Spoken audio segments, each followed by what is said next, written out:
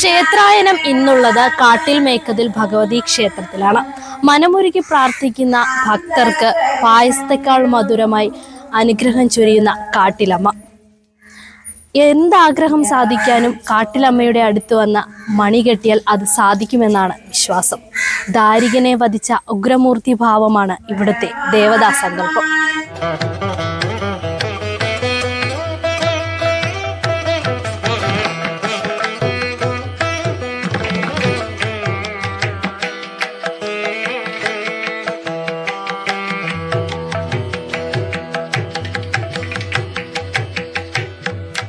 കായലിനും കടലിനും നടുവിൽ നിലകൊള്ളുന്ന പുണ്യപുരാതനമായൊരു മഹാക്ഷേത്രമാണ് കൊല്ലം ജില്ലയിലെ കരുനാഗപ്പള്ളി ചവറ പൊന്മന കാട്ടിൽ മേക്കതിൽ ക്ഷേത്രം.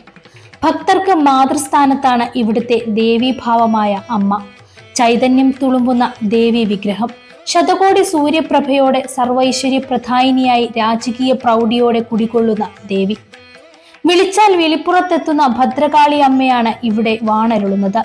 മനമുരുകി എന്താഗ്രഹിച്ചുകൊണ്ട് മണി കെട്ടിയാലും അത് സാധിക്കുമെന്നാണ് വിശ്വാസം.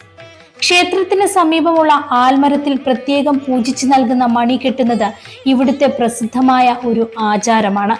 ലോകത്തിന്റെ നാനാഭാഗങ്ങളിൽ നിന്നും വ്രതശുദ്ധിയോടെ എത്തുന്ന ഭക്തർ ക്ഷേത്രത്തിൽ നിന്നും പ്രത്യേകം പൂജിച്ചു തരുന്ന മണിയുമായി ഇവിടെയുള്ള പേരാൽ മരത്തിന് ചുറ്റും 7 തവണ പ്രദക്ഷിണം ചെയ്തതിനു ശേഷം മണി മരത്തിൽ കിട്ടുന്നതോടെ തന്റെ ഏതാഗ്രഹവും നടക്കും എന്നതാണ് വിശ്വാസം.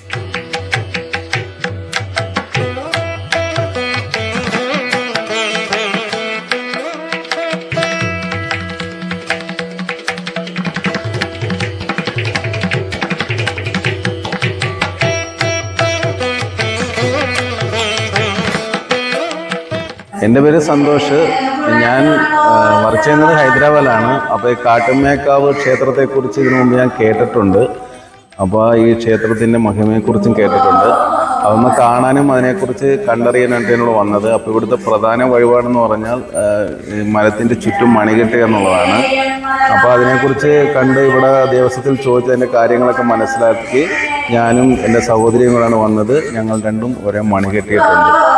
ഒരു തവണയല്ല, ഇങ്ങനെ 3 തവണ വന്ന് മണി കെട്ടണം. ഇത് വെറുമൊരു വിശ്വാസം മാത്രമല്ലേ എന്ന് ചോദിക്കുന്നവർക്ക് ഏറ്റവും വലിയ മറുപടിയാണ് ആഗ്രഹങ്ങൾ സാധിച്ചു കഴിയുമ്പോൾ ഭക്തർ വീണ്ടും വീണ്ടും ഈ ക്ഷേത്രത്തിലെത്തുന്ന കാഴ്ച. ആചാരങ്ങൾക്കും വിശ്വാസങ്ങൾക്കും അപ്പുറം ഒന്നുണ്ട് ഈ പുണ്യഭൂമിയിൽ. കായലിനും കടലിനും മധ്യേ സ്ഥിതി ചെയ്യുന്ന അപൂർവം ദേവീക്ഷേത്രങ്ങളിൽ ഒന്നാണ് കാട്ടിൽ മേക്കതിൽ ക്ഷേത്രം. ക്ഷേത്രത്തിന്റെ ഒരു വശത്ത് അറബിക്കടലും മറുവശത്ത് TS കനാലും സ്ഥിതി ചെയ്യുന്നു. ചുരുക്കി പറഞ്ഞാൽ ആർത്തിരമ്പി വരുന്ന കടലിന്റെ മണിനാദത്തിൽ പ്രതിധ്വനിക്കുന്ന ക്ഷേത്രം. പ്രധാന വിഗ്രഹം കൂടാതെ ഗണപതി, ദുർഗാദേവി, മൂർത്തി, യോഗീശ്വരൻ, മാടൻ തമ്പുരാൻ, ഇക്ഷിയമ്മ, നാഗദൈവങ്ങൾ തുടങ്ങിയ ഉപദേവതകളും ഇവിടെ കുടികൊള്ളുന്നു. ഇവിടെ വെള്ളിയാഴ്ച തോറും ശത്രുദോഷത്തിനായി ശത്രുസംഹാര പുഷ്പാഞ്ജലിയും നടത്തുന്നു. കൂടാതെ അമ്മയുടെ ഇഷ്ട വഴിപാടായി ഇരട്ടി മധുര പായസവും 6 നാഴി മഹാനിവേദ്യവും സമർപ്പിക്കുന്നു. എന്നും പൊങ്കാല നിവേദ്യം ദേവിക്ക് സമർപ്പിക്കാമെന്നതും ഈ ക്ഷേത്രത്തിലെ മാത്രം പ്രത്യേകതയാണ്. എല്ലാ ദിവസവും രാവിലെ 5 മണി മുതൽ 12 വരെയും വൈകിട്ട് 5 മുതൽ 8 വരെയും നട തുറക്കും. രാജഭരണ കാലഘട്ടം മുതൽ ഈ പുണ്യഭൂമിക്ക് എന്തോ ചൈതന്യമോ പ്രത്യേകതയോ ഉണ്ടായിരുന്നു എന്നതിന് തെളിവാണ് കൊട്ടാരത്തിൽ കടവെന്ന ഈ കടവിന്റെ നാമധേയം തന്നെ. വെള്ളിയാഴ്ചയും ഞായറാഴ്ചയും വൻ ഭക്തജന തിരക്കാണ് ഇവിടെ കാണാൻ കഴിയുന്നത്. ഇവിടെ ഒരു കുടുംബ വീടായിരുന്നു ഇവിടെ പണ്ട്. അത് അങ്ങനെ ഇരിക്കില്ല. ഇവിടുത്തെ ആൾക്കാരന്ന് ഈ ചമ്പക്കുളത്ത് കാർഷിക വേലയ്ക്ക് പോകും. അപ്പോൾ പോയ വഴിയിലാണ് അവർ ഒരു കൊച്ചു കുട്ടിയെ കിട്ടി അവർക്ക്. അങ്ങനെ ഇവിടെ കൊണ്ടുവന്ന് വളർത്തി. പിന്നെ അതിനെ ഇവിടെ വലുതായി കല്യാണമൊക്കെ കഴിച്ച് നിന്നപ്പം ഭയങ്കര അസുഖം വന്നു. അപ്പം പിന്നെ ജോലിശ്ശേരിയെ കൊണ്ട് നോക്കിച്ചപ്പം പറഞ്ഞത് അവരുടെ കുടുംബദേവന ചമ്പക്കുളത്ത് മുളക്കീരെന്ന് പറയുന്ന ഒരു വീടുണ്ട്. അവിടുത്തെ കുടുംബദേവന അന്യാധീനപ്പെട്ടു പോയി. അതാണ് ഈ സന്താനത്തിന് ഈ അസുഖം ഇത്രയും വന്നതെന്ന്. അങ്ങനെ ജോലിശ്ശേരി നോക്കി അവർക്ക് വേണ്ടുന്നതെല്ലാം ചെയ്ത് ഭഗവതി അങ്ങനെ ഇരിക്കെ കുറേ കഴിഞ്ഞപ്പം പിന്നെ സന്താനം വന്ന വഴിയെ ഇവിടെ വന്ന് കാട്ടിപ്പണിയാറ്റിലെന്നാ അന്ന് വീട്ടുപേര്. കാട്ടിമേക്കതിൽ വന്ന് അപ്പോൾ ഇവിടുത്തെ ആൾക്കാരെല്ലാം നോക്കി അപ്പം ദേവിക്ക് സ്ഥാനം കൊടുക്കണം. അങ്ങനെ അത്ര അധിക വർഷമൊന്നും ആയില്ല, വലിയൊരു 2-3-4 തലമുറയെ എനിക്ക് തോന്നുന്നുള്ളൂ. ഇവിടുത്തെ പ്രതിഷ്ഠ തന്നെ അടുത്ത ഓർമ്മയിലുണ്ട്. അങ്ങനെയാണ് ഭഗവതി ചമ്പക്കുളത്ത് നിന്ന് ഇല്ല സന്താനം വന്ന പുറവിന് ഇവിടെ വന്ന് ഈ 5 മനക്കലെന്ന് പറയുന്ന അന്ന് മനക്ക നമ്പൂതിരിമാർ താമസിക്കുന്ന സ്ഥലമുണ്ടായിരുന്നു. എനിക്കറിയത്തില്ല, എൻ്റെ അമ്മമാർ പറഞ്ഞുള്ള കാര്യമേ എനിക്കറിയത്തുള്ളൂ. അപ്പോഴവിടെ വന്ന് കയറിയിട്ട് ഇങ്ങോട്ട് നോക്കുമ്പം ഇവിടെ മാലയിലെന്നും പറഞ്ഞൊരു വീടുണ്ട്. അവിടുത്തെ വിളക്കാണ് ആദ്യം ഭഗവതി കാണുന്നത്. അവിടുന്ന് ഭഗവതി നേരെ കാട്ടിമേക്കതിൽ വന്ന് ഇവിടുത്തെ കുടുംബക്കാരെല്ലാവരും കൂടെ ചേർന്ന് ഭഗവതിക്കൊരു സ്ഥാനം ഉണ്ടാക്കി ഒരു കല്ലിട്ട് വിളക്ക് കത്തിച്ചാണ് ഇതിൻ്റെ തുടക്കം. അത് കഴിഞ്ഞ് എൻ്റെ ഓർമ്മ തൊട്ട് ഇവിടെ ഈ ആൽത്തറയും ശിലയും ഒക്കെ ഉള്ളായിരുന്നു. അങ്ങനെ ഇരിക്കെ 1136 ആണ്ട് കുംഭം 16-ാം തീയതിയാണ് ഈ പ്രതിഷ്ഠ ഇവിടെ ഉറപ്പിക്കുന്നത്. അത് ഞാൻ മലയാളമാണ് പറയുന്നത്, എനിക്ക് ഇംഗ്ലീഷിൽ അന്നൊന്ന് ഡേറ്റ് അറിയത്തില്ല. അങ്ങനെയാണ് ഭഗവതി ഇവിടെ പ്രതിഷ്ഠ ഉറപ്പിച്ചത്. അങ്ങനെ ഇരുന്ന് ഭഗവതി ഇവിടെ ആർക്കും എല്ലാവർക്കും രക്ഷയേകിക്കൊണ്ടേയിരുന്നു. അങ്ങനെ ഇരിക്കെ കുറേ കഴിഞ്ഞപ്പോഴാണ് 2 പ്രാവശ്യം പുനഃപ്രതിഷ്ഠ നടത്തി. 3-ാമത്തെ പുനഃപ്രതിഷ്ഠ വന്നപ്പം ഇവിടെ ഒരു അപ്പുറത്ത് ആല് കിളിച്ച് വന്നതേ ഉള്ളൂ. അപ്പോഴന്ന് ഞങ്ങളുടെ കയ്യിൽ അതിൻ്റെ താക്കോലും കാര്യങ്ങളും എല്ലാം. അപ്പം ഇങ്ങനെ ആ ആലിൻ്റെ ചുവട്ടിൽ ഒരു മണി കിടന്നു. ഇവിടെ തൊഴാൻ വന്ന ഒരു കുട്ടിയാണ് അത് കണ്ടതും അതെടുത്ത് എന്തോ വേണമെന്ന് ചോദിച്ചപ്പം മോളായി അതേ കെട്ടിയതെന്ന് പറഞ്ഞു. അങ്ങനെ കെട്ടി, ഒരു മണി അങ്ങനെ കെട്ടിയതാണ്. ഇങ്ങനെ ഞാൻ എൻ്റെ ജനിച്ചയും വളർന്ന എല്ലാം എൻ്റെ കുടുംബം ഇതായിരുന്നു. 1 തൊട്ട് 12 ദിവസം കൊടിയേറ്റ് ഉത്സവം. അത് കഴിഞ്ഞ് കുംഭമാസത്തിൽ 2 ദിവസത്തെ ഉത്സവമുള്ളൂ. അതിവിടെ പണ്ടേ നടന്നു വരുന്നത് കുംഭമാസം ഉടുക്കലത്തെ വ്യാഴവും വെള്ളിയാണ് കൊടുത്ത ഉത്സവം. അത് കൊടിയേറ്റൊന്നുമില്ല, കൊടിയേറ്റ് വൃശ്ചികം 1 തൊട്ട് 12 വരെ.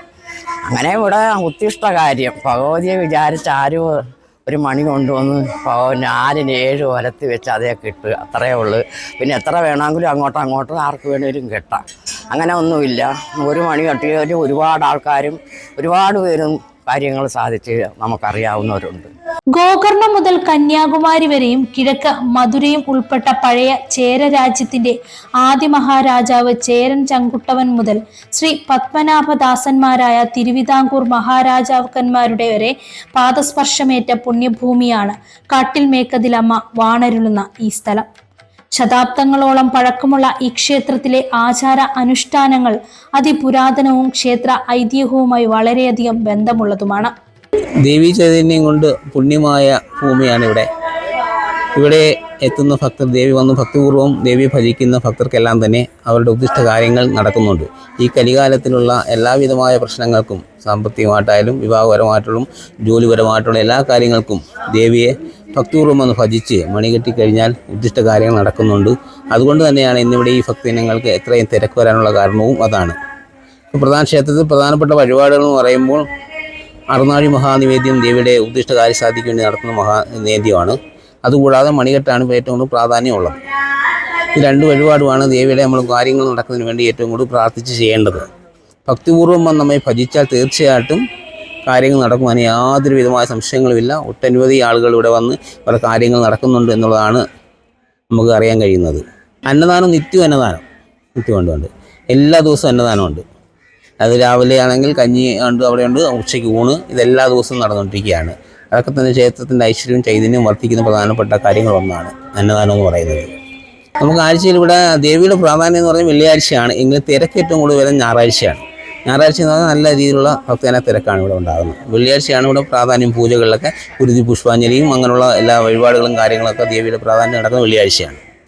AD 1781 പൗർണമിയും പുഷ്യനക്ഷത്രവും ചേർന്ന് വരുന്ന പൗഷമാസത്തിലെ പൂയം നാളിൽ മാർത്താണ്ഡവർമ്മ മഹാരാജാവ് ഓടനാട് രാജാവിനെ സന്ദർശിച്ച് വഞ്ചിമാർഗം മടങ്ങിവരവെ ഇന്നത്തെ TS കനാൽ എന്നറിയപ്പെടുന്ന കായൽ മാർഗം ചെറിയ മയക്കത്തിലായിരുന്ന അദ്ദേഹത്തിന് പടിഞ്ഞാറൻ ചക്രവാളത്തിൽ, അതായത് ഇന്ന് ക്ഷേത്രം സ്ഥിതി ചെയ്യുന്ന ദിക്കിൽ ഒരു ദേവീ ചൈതന്യം പ്രത്യക്ഷപ്പെടുന്നതായും പിന്നീട് അത് കടലിൽ താഴ്ന്നു പോകുന്നതായും സ്വപ്നദർശനമുണ്ടായി. മയക്കമുണർന്ന മഹാരാജാവ് വഞ്ചി അടുപ്പിച്ച ശേഷം ദേവീ ചൈതന്യം കണ്ട ദിക്കിലേക്ക് പുറപ്പെട്ടു. ഇന്ന് ക്ഷേത്രം സ്ഥിതി ചെയ്യുന്ന ഈ സ്ഥലത്ത് എത്തിയ അദ്ദേഹം വളരെ നേരം ഇവിടെ ധ്യാനനിരതനായി ഇരുന്നു. ദേവീ ദർശനം ലഭിച്ച് ധ്യാനത്തിൽ നിന്ന് ഉണർന്ന് ഈ സ്ഥലത്ത് ദേവീ ചൈതന്യം കുടികൊള്ളുന്നുവെന്നും ഇവിടെ മഹാക്ഷേത്രം ഉദയം ചെയ്യുമെന്നും ബ്രഹ്മ വിഷ്ണു മഹേശ്വര ശക്തികൾ ഉൾക്കൊണ്ട് ഈ ദേവീക്ഷേത്രം ഭാരതവർഷം മുഴുവൻ പ്രകീർത്തിക്കപ്പെടുമെന്നും അരുളി ചെയ്തു. പിന്നീടും ഈ പുണ്യഭൂമിയിൽ ദർശനത്തിനെത്തുമ്പോൾ അദ്ദേഹത്തിന്റെ പിന്തുടർച്ചക്കാർക്കും വിശ്രമത്തിനായി കായൽ തീരത്ത് മാർത്താണ്ഡവർമ്മ മഹാരാജാവിന്റെ കൽപ്പനയനുസരിച്ച് ഒരു കൊട്ടാരം പണി കഴിപ്പിച്ചു. പിന്നീട് ഈ സ്ഥലം കൊട്ടാരക്കടവ് എന്ന പേരിൽ അറിയപ്പെട്ടു തുടങ്ങി. വർഷങ്ങൾക്ക് മുൻപ് പൊന്മനയുടെ വടക്കുഭാഗത്തായി ഒരു എട്ടുകെട്ട് ഉണ്ടായിരുന്നു. ആ വീട്ടുകാർ നല്ല വ്യക്തിത്വത്തിന് ഉടമകളും പൊന്മന നിവാസികളുടെ സ്നേഹാദരങ്ങൾ പിടിച്ചുപറ്റിയ ജനസമ്മതരുമായിരുന്നു. അക്കാലത്ത് കൃഷിക്ക് ആവശ്യമായ വളവും മറ്റും വാങ്ങുന്നതിന്, കാർഷിക വിളകൾ വിൽക്കുന്നതിനും ദൂരദേശങ്ങളിൽ പോകേണ്ടിയിരുന്നു. ഇന്ന് TS കനാൽ എന്നറിയപ്പെടുന്ന കായലായിരുന്നു അന്ന് പൊന്മന നിവാസികളുടെ പ്രധാന ഗതാഗത മാർഗം. ഈ കായൽ മാർഗം വലിയ കേവ് വള്ളങ്ങളിൽ ചരക്കു കൊണ്ടുവരികയും കൊണ്ടുപോവുകയും ചെയ്തിരുന്നു. ഇതിന് പിന്നിലും ഒരു ഐതിഹ്യ കഥയുണ്ട്.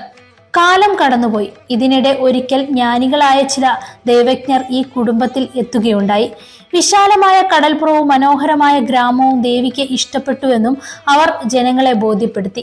അമ്മയ്ക്ക് കുടികൊള്ളാൻ താല്പര്യമുള്ള സ്ഥലത്ത് അമ്മ തന്നെ 8 വരകളാൽ അടയാളം തരുമെന്നും ആ സ്ഥലത്ത് 8 കല്ലുകൾ എടുത്തിട്ട് അതിൽ ദീപം തെളിയിച്ചാൽ മതിയെന്നും നിർദ്ദേശിച്ച ശേഷം ജ്യോതിജ്ഞാനികളുടെ നിർദ്ദേശം പാലിക്കാൻ കാട്ടിൽ പടിയിട്ടതിൽ കുടുംബാംഗങ്ങൾ തീരുമാനിച്ചു.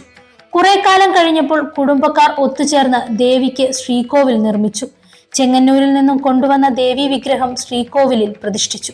അങ്ങനെ ആയുസ്സും ആരോഗ്യവും സമ്പൽ സമൃദ്ധിയും ആഗ്രഹിക്കുന്ന ആയിരങ്ങൾക്ക് അഭയമരുളുന്ന പുണ്യസ്ഥാനമായി കാട്ടിൽ മേക്കതിൽ ശ്രീ ദേവീ ക്ഷേത്രം മാറി. കടലും കായലും അതിരു പങ്കിടുന്ന കരിമണ്ണിന്റെ നാട്ടിലെ ഉത്സവം പേര് കേട്ടതാണ്. അതാണ് കൊല്ലം കാട്ടിൽ മേക്കതിൽ ദേവീ ക്ഷേത്രത്തിലെ വൃശ്ചിക മഹോത്സവം. വൃശ്ചിക മാസം 1 കൊടിയേറി 12 ആറാട്ടോടെ സമാപിക്കുന്ന ഉത്സവത്തിൽ പങ്കെടുക്കാൻ ആയിരങ്ങളാണ് കായൽ കടന്ന് കടലോരത്തെ ഈ ക്ഷേത്രഭൂമിയിലേക്ക് എത്തുന്നത്. ഉത്സവ സമയത്ത് ഭക്തർക്ക് വസിക്കുവാനായി ആയിരക്കണക്കിന് കുടിലുകളാണ് ക്ഷേത്ര പരിസരത്ത് നിർമ്മിക്കുന്നത്. ഉത്സവത്തോടനുബന്ധിച്ച് തോറ്റംപാട്ട്, വിശേഷാൽ പൂജകൾ, അന്നദാനം, തങ്കയങ്കി ഘോഷയാത്ര, വൃശ്ചിക പൊങ്കൽ, തിരുമുടി ആറാട്ട് എന്നിവ നടത്താറുണ്ട്. തന്നിൽ അഭയം പ്രാപിച്ച മക്കളുടെ സുഖദുഃഖങ്ങൾ ആരാഞ്ഞ് അനുഗ്രഹവർഷം ചൊരിയുവാൻ വർഷം തോറും നടന്നു വരുന്ന അമ്മയുടെ തിരുമുടി പറക്കെഴുന്നള്ളിപ്പ് കണ്ട് അനുഗ്രഹം നേടാൻ ഭക്തജന ലക്ഷങ്ങളാണ് ഇവിടെ എത്തിച്ചേരുന്നത്. വിശാലമായ മണൽപ്പരപ്പിന് നടുവിൽ ക്ഷേത്രം നിൽക്കുന്നത് മനോഹരമായ കാഴ്ച ഒരുക്കുന്നു. 2004 സുനാമി ദുരന്തമുണ്ടായപ്പോൾ പരിസര പ്രദേശം മുഴുവൻ കടൽക്ഷോഭത്തിനിരയായിട്ടും ക്ഷേത്രത്തിന് കേടുപാടുകളൊന്നും തന്നെ സംഭവിച്ചിരുന്നില്ല. ചരിത്ര ഗ്രന്ഥങ്ങളിൽ രേഖപ്പെടുത്തിയിരിക്കുന്നതനുസരിച്ച് പണ്ട് ക്ഷേത്ര പരിസരത്തായി 3 പനകളും 2 കുളങ്ങളും ഉണ്ടായിരുന്നു. ശുദ്ധമായ ജലം ലഭിച്ചിരുന്ന ഈ കുളങ്ങളിലൊന്ന് ക്ഷേത്രത്തോട് ചേർന്ന് ക്ഷേത്രാവശ്യങ്ങൾക്ക് ഉപയോഗിച്ചിരുന്നതും മറ്റൊന്ന് ക്ഷേത്ര പരിസരത്ത് തന്നെ പൊതുജനങ്ങൾ ഉപയോഗിച്ചിരുന്നതുമാണ്. അതിന്റെ പിന്തുടർച്ചയെന്നോണം ഇപ്പോഴും 5 കിണറുകളും 1 പനയും ക്ഷേത്ര പരിസരത്ത് കാണാം. കടലിൽ നിന്നും വളരെ അടുത്ത് സ്ഥിതി ചെയ്യുന്ന ക്ഷേത്രക്കിണറ്റിൽ നിന്നും ലഭിക്കുന്ന ശുദ്ധജലം ഭക്തർക്ക് ശരിക്കും ഒരു അത്ഭുതമാണ്. കൂടാതെ ക്ഷേത്രത്തിൽ നടക്കുന്ന അന്നദാനത്തിൽ പങ്കെടുക്കാൻ ജനലക്ഷങ്ങൾ എത്താറുമുണ്ട്. ആറ്റിങ്ങൽ ഭാഗത്തുകൂടി വരുന്നവർക്ക് ആലപ്പുഴ അല്ലെങ്കിൽ എറണാകുളം എന്നീ ബസ്സിൽ കയറി ശങ്കരമംഗലം ചവറ പോലീസ് സ്റ്റേഷൻ സ്റ്റോപ്പിൽ ഇറങ്ങിയാൽ ഓട്ടോയിൽ പടിഞ്ഞാറ് ഭാഗത്തുകൂടി PP കടന്നു പോകുന്ന കോവിൽത്തോട്ടം റോഡ് വഴി 3 കിലോമീറ്റർ സഞ്ചരിച്ചാൽ കൊട്ടാരത്തിൽ കടവിൽ എത്തിച്ചേരാം. ഇവിടെ വാഹനങ്ങൾ പാർക്ക് ചെയ്യാൻ പ്രത്യേകം സൗകര്യം ഒരുക്കിയിട്ടുണ്ട്. അവിടെ നിന്ന് ജങ്കാർ മാർഗം ക്ഷേത്രത്തിൽ എത്തിച്ചേരാം. ഒരിക്കൽ വന്നാൽ വീണ്ടും വീണ്ടും വരാൻ തോന്നിപ്പിക്കുന്ന എന്തോ ഒന്ന് ഈ മണൽപ്പരപ്പിലെ ക്ഷേത്രത്തിലുണ്ട്. മണിനാദം കേട്ട് കടൽക്കാറ്റേറ്റ് പ്രാർത്ഥിക്കാനും കാട്ടിലമ്മയുടെ സ്നേഹം അനുഭവിച്ചറിയാനും എല്ലാ ഭക്തരും ഒരിക്കലെങ്കിലും ഈ ക്ഷേത്രത്തിൽ എത്തണം. മറ്റൊരു ക്ഷേത്രത്തിന്റെ വിശേഷങ്ങളുമായി ഞങ്ങൾ വീണ്ടും